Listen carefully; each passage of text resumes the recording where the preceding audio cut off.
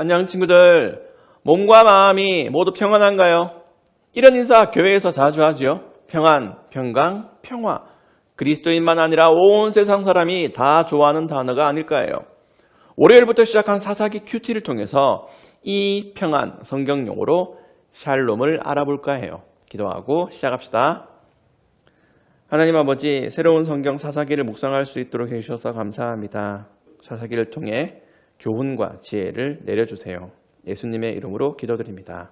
아멘. 먼저 본문을 읽어볼게요. 보면서 이스라엘이 실패하는 장면에 표시를 해보세요. 반복되는 표현을 찾으면 될 겁니다. 쉬워요. 해봅시다.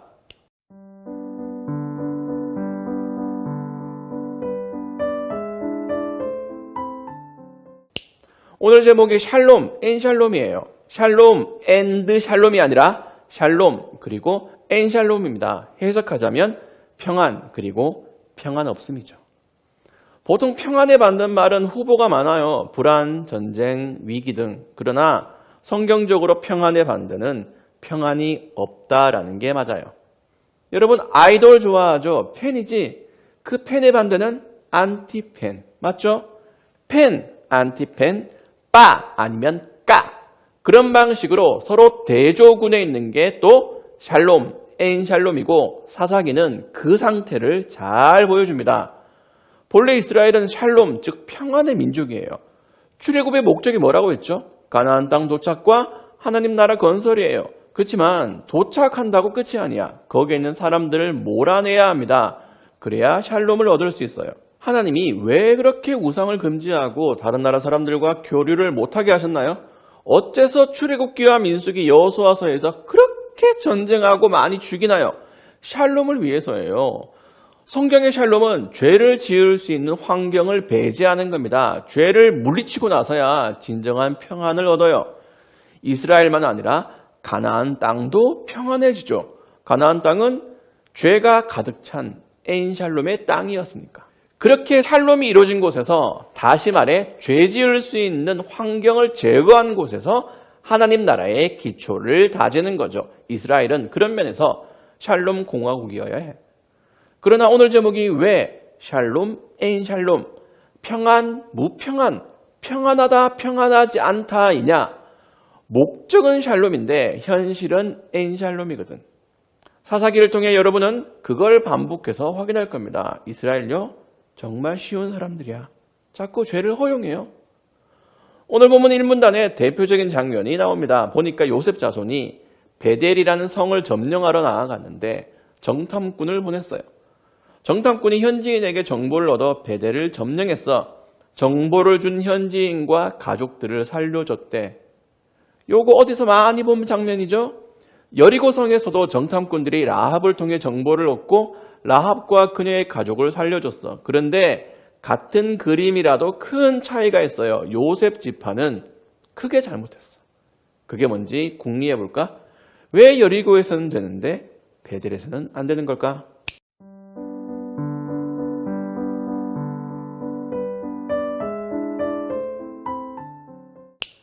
라합은요, 자기가 먼저 여호와 하나님을 인정하고 믿으려고 했어요. 그런데 요셉 지파는 단지 성으로 들어가는 길만 알아내고선 살려준 거죠. 그게 잘못된 거야.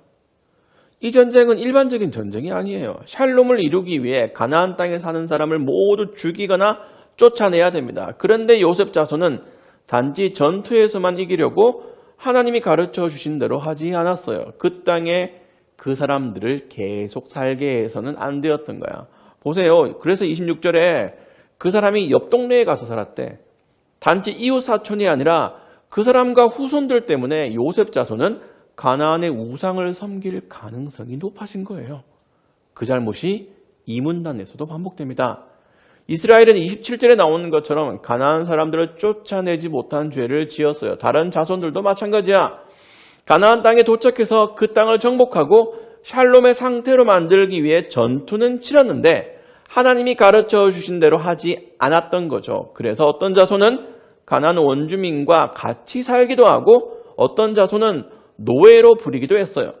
어쨌거나 멀리해야 할 사람들과 공존하는 걸 선택한 거지. 심지어 자기들 힘이 세져서도 쫓아내지 않았대. 그게 죄가 되었답니다. 왜? 굳이 그럴 필요가 있나?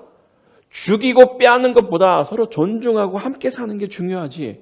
네, 바로 그 생각이 위험한 거예요. 이건 21세기 인권이 아니라 신앙의 차원입니다. 이스라엘은 지금 선량하고 아무 죄도 없는 가나안 사람들을 탄압하는 게 아니에요. 어린아이를 불러 태우고 사람을 죽여 제물로 바치는 흉악한 우상 숭배를 저지르던 자들, 이스라엘과 함께 있으면 이스라엘의 신앙을 오염시키고 인성까지 마비시킬 수 있는 사람들이에요. 그런 자들과 함께하면서 샬롬을 말할 수 없어요. 그런데 이스라엘은 귀찮아서 제대로 안 했어. 안일하게 샬롬을 누리려고 했던 거죠. 이건 마치 다이어트 한다고 굳게 결심해놓고 이겨낼 수 있다면서 삼겹살집을 찾아가는 거가 똑같아요. 아니 집에서 라면 끓여놓고 자신 있게 쳐다만 보면서 안 먹을 수 있어 이러는 거가 똑같다고. 극복할 수 있어 셀프 응원하는 거. 이스라엘의 엔샬롬, 평안 없으면 여기서 생기는 문제입니다. 애초에 죄를 끌어안고 평안할 수 없어요. 여기서 적용해보자. 나는 어떻게 살아야 할까?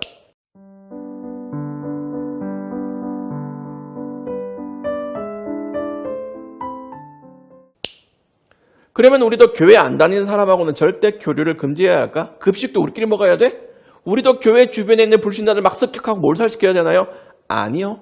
절대 아니요.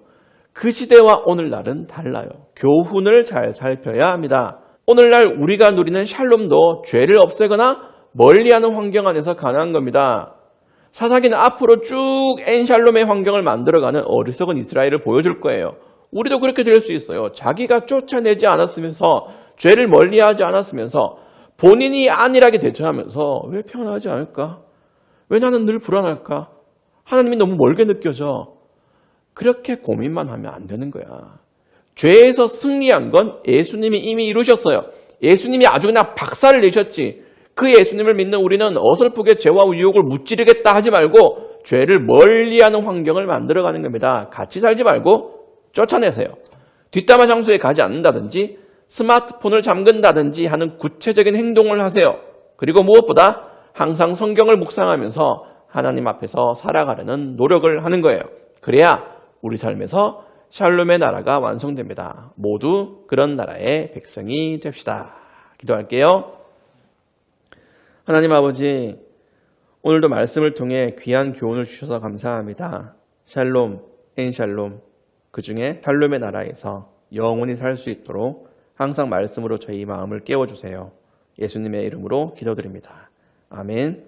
여러분, 환절기에 건강 조심하고요. 우리 다음 영상에서 다시 만납시다.